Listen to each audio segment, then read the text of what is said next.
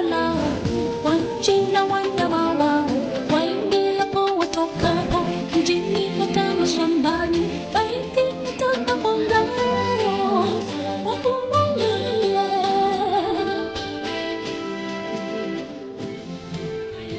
wapeteni resema wapeteni wakutama em toa kiambaza sasa hicho. Mzee alishatamka hapa. Sasa unataka kumuona kuanzia kwenye utosi mpaka kwenye huku.